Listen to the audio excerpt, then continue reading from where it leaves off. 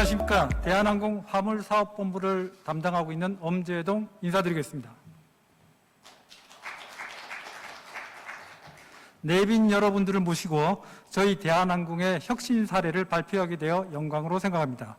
그리고 코로나 상황 속에서도 이러한 자리를 마련해 주신 대한상공회의소, 그리고 산업자원통상부, 그리고 중앙일보 관계자 여러분들께도 감사의 말씀을 드립니다.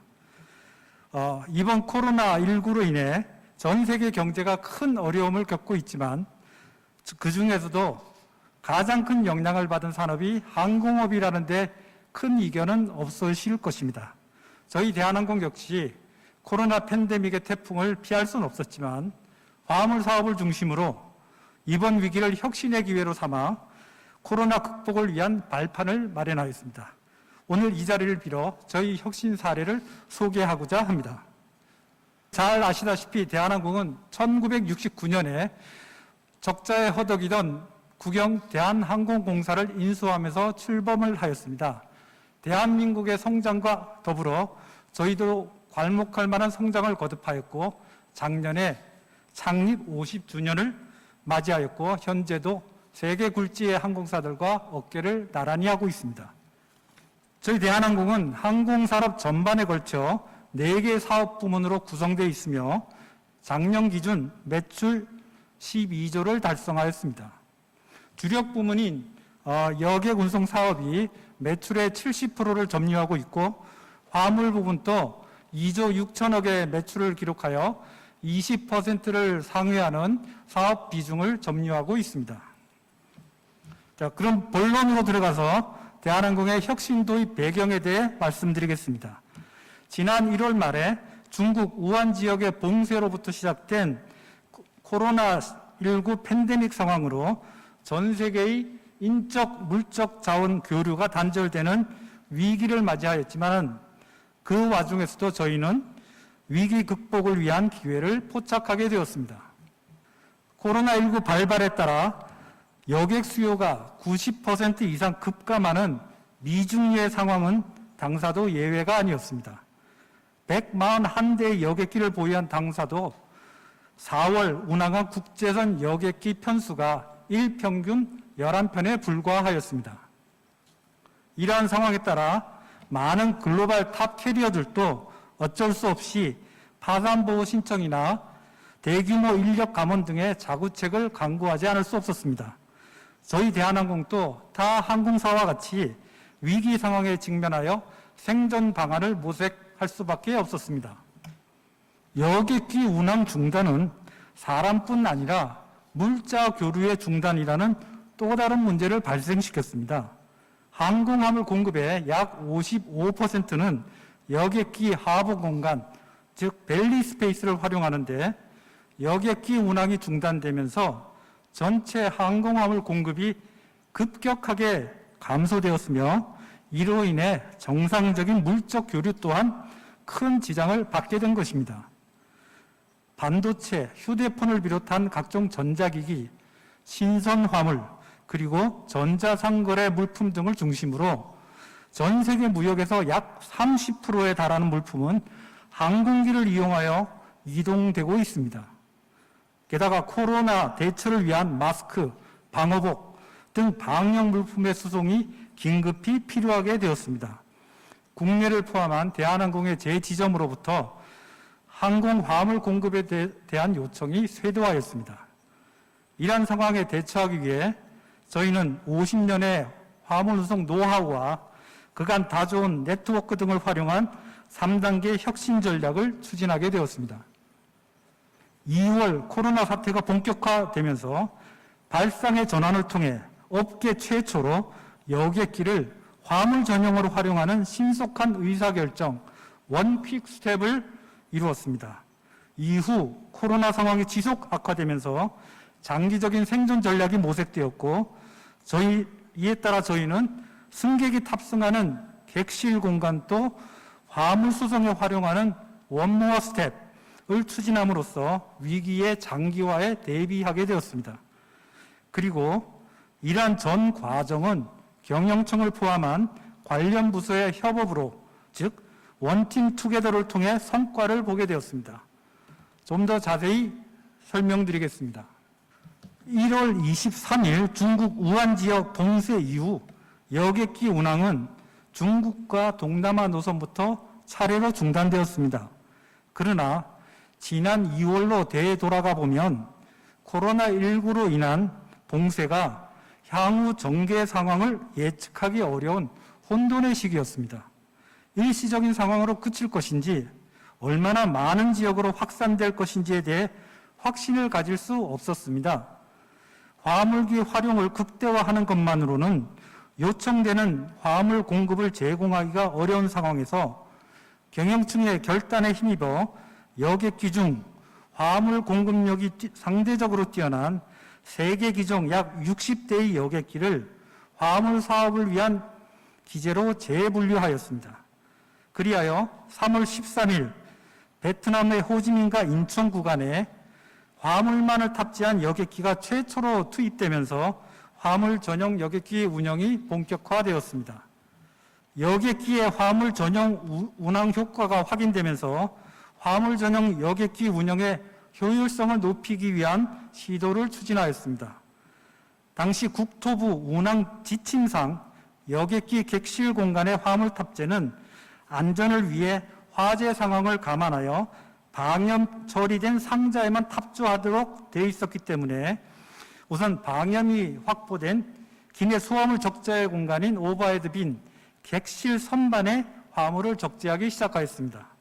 동시에 국제 안전 규격을 만족하는 방염 상자 제작 업체를 물색하여 공인 방염 상자인 카고 C백을 주문하여 단계적으로 화물 공간을 확대하였으며 이와 함께 새로운 운송 방식에 따르는 안전관리자 탑승 절차와 같이 운송 절차도 하나씩 보완하게 되었습니다. 이와 같이 당사가 선제적으로 화물 전용 여객기를 운항하자 많은 항공사들이 뒤따라 화물 전용 여객기를 운영하게 되었습니다. 화물 전용 여객기가 코로나 상황에서 부족해진 화물 공급에 유용한 대안으로 확인됨에 따라 고객들의 요청도 증가하여 11월에는 월 660회까지 운항이 확대되면서 더 많은 추가 수익을 또한 창출하게 되었습니다.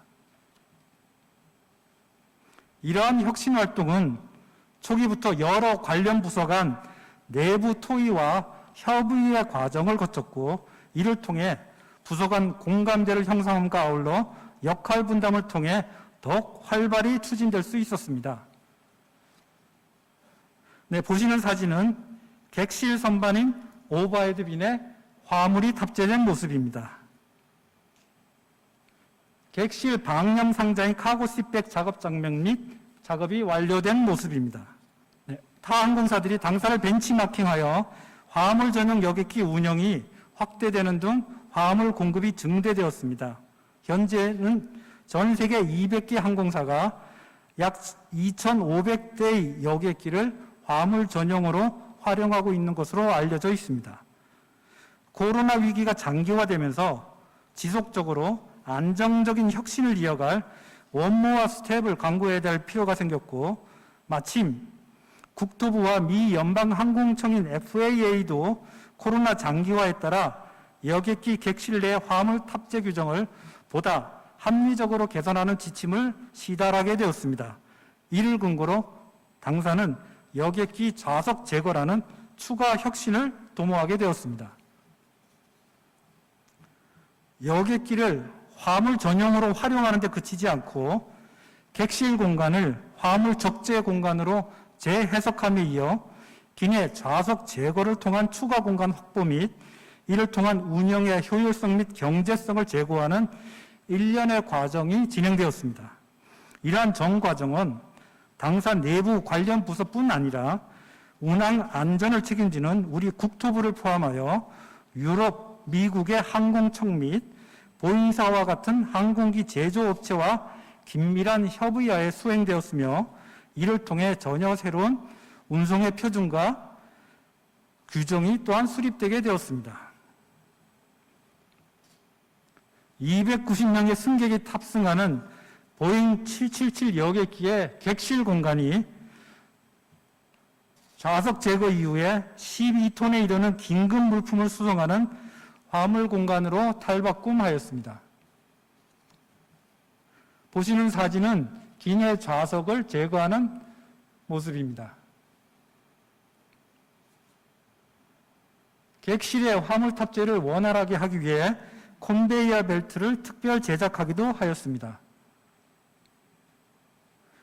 객실 내 화물 적재 작업을 용이하게 하기 위해 롤러베드를 활용하고 있습니다.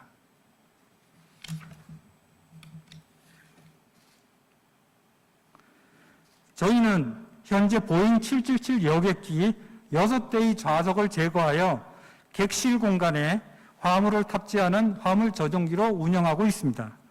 아울러 화물 기재로 재분류한 다른 여객기도 지속적으로 화물 수송에 활용함으로써 여객기 운항이 급격히 감소한 코로나 상황 속에서도 전년 대비 화물 수송량을 10% 이상 늘리는 놀라운 실적을 올렸습니다. 앞에서도 언급한 바와 같이 근본 혁신은 화물사업본부를 위시한 당사 여러 관련 부서 간 오케스트라의 화음을 내는 것과 같은 원팀 투게더 정신의 협업으로 가능하였다는 점을 다시 한번 강조드리고 싶습니다. 이러한 혁신은 어느 날 갑자기 이루어진 것이 아니라 지난 50년간 지속적으로 투자를 해온 결과입니다. 또한 임직원들과의 소통과 배려를 강조하는 회장님 이하 경영층의 강한 혁신 의지와 더불어 적극적인 지원이 기반이 되었음을 말씀드리고 싶습니다. 더불어 디지털 시대를 대비하여 지난해 구축한 클라우드 기반의 구글 워크스페이스 업무 환경도 큰 역할을 하였습니다. 코로나로 인한 재택근무와 같은 비대면 업무 환경에서 유연하게 대응할 수 있는 시스템이 구축됨으로써 시간, 장소, 기기의 제약 없이 관련 부서 간 실시간 커뮤니케이션을 통한 적기 대응이 가능하였습니다. 이러한 혁신 활동을 통해 당사는 여객사업 부문의 매출이 90% 가까이 감소하였음에도 불구하고 화물 부문에서 80%에 근접하는 매출 증가를 기록하여 코로나로 인한 어려움에도 불구하고 2, 3분기 기간 전사적으로 전년 대비 절반을 상회하는 3조 이상의 매출을 달성하였을 뿐 아니라 여객기 기재를 활용함으로써 기재 및 이에 수반되는 인력 자원의 활용도를 높여 위기 극복의 기반을 마련하게 된 것입니다. 이러한 성과는 세계 주요 항공사의 실적과 비교하면 보다 뚜렷해집니다. 당사는 전년 대비 화물 수송이 오히려 10% 이상 증가하였지만 미국의 델타 항공은 70%가 감소하였고 다른 세계 굴지의 항공사들도 화물 수송이 전년비 30-40% 감소하였습니다. 따라서 오른쪽 표에서 보이듯이 주요 항공사들의 매출이 급감하면서 미국의 델타 항공은 14조 매출에 12조 영업적자, 독일의 루프트한자 항공사는 16조 매출에 7조의 영업적자를 기록하였습니다. 화물 부분에서 가용 자원을 최대 활용하여 매출 및 이익을 극대화한 대한항공은 세계 주요 항공사 중 유일하게 3분기 누적 영업이익 흑자를 실현하였습니다. 이러한 성과는 세계가 주목하고 있으며 코로나 시대에 항공업계가 지향해야 할 새로운 표준과 모범 사례를 제시한 것으로 평가되고 있습니다. 다음은 향후 계획입니다. 근본 코로나 위기에서 저희가 수행해야 할 마지막 타스크는 안전한 백신 수송이라고 생각합니다. 백신 관련한 각종 분석 자료와 기사들이 쏟아지고 있습니다. 이에 대한 당사의 선도적인 활동을 간단히 소개하고자 합니다. 작년 6월에 대한항공은 국제항공운송협회 IATA에서 인증하는 의약품 수송 자격인 CEIV 파마 인증서를 취득하여 의약품 수송 부문의 서비스 체제를 정립한 바 있습니다. 그리고 금년 9월부터는 사내 TF를 구성하여 백신 수송에 대비하고 있습니다. TF 활동을 통해 내부 시설 및 운송 절차를 재점검하였습니다. 또한 주요 제약사들의 동향을 수시로 확인하고 있고, 또한 세계적인 물류 업체들과도 지속적으로 정보를 교환하고 있으며 정부 관련 부처와도 민관 협력체제 구축을 협의 중입니다. 저희 대한항공은 앞으로 코로나 백신의 안전하고 신속한 수송을 통해 또 한 번 혁신하는 모습을 보여드리도록 하겠습니다. 마지막으로 코로나에 대비한 활동을 겪은 동영상을 함께 시청하는 것으로 제 보고를 마치도록 하겠습니다. 경청해 주셔서 감사합니다.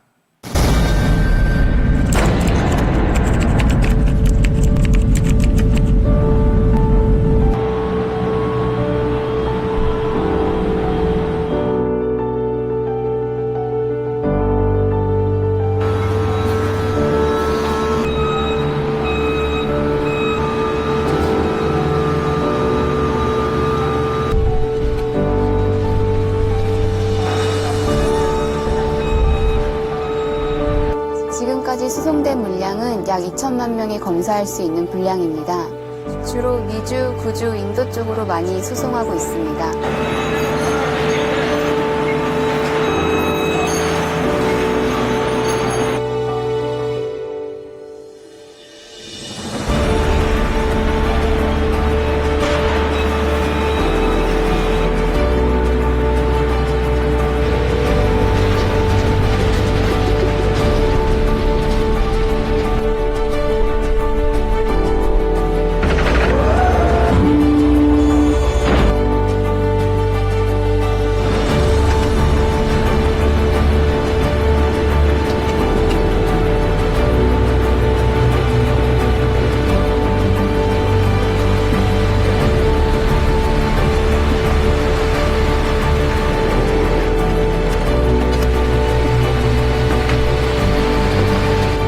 대한민국에서 만든 진단 키트를 꼭 필요한 곳에 수송하고 있습니다. 이 어려운 시기에 화물이 우리 회사에 기여하고 있는 것에 대해 큰 자부심을 느낍니다.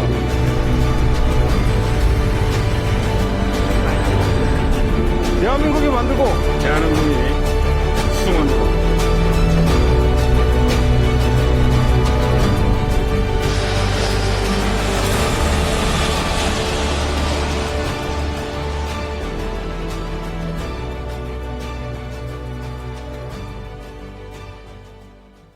네, 감사합니다. 네, 대한항공의 혁신사례 발표를 함께 들으셨습니다. 수고해 주신 점 다시 한번 감사의 말씀 드리겠습니다.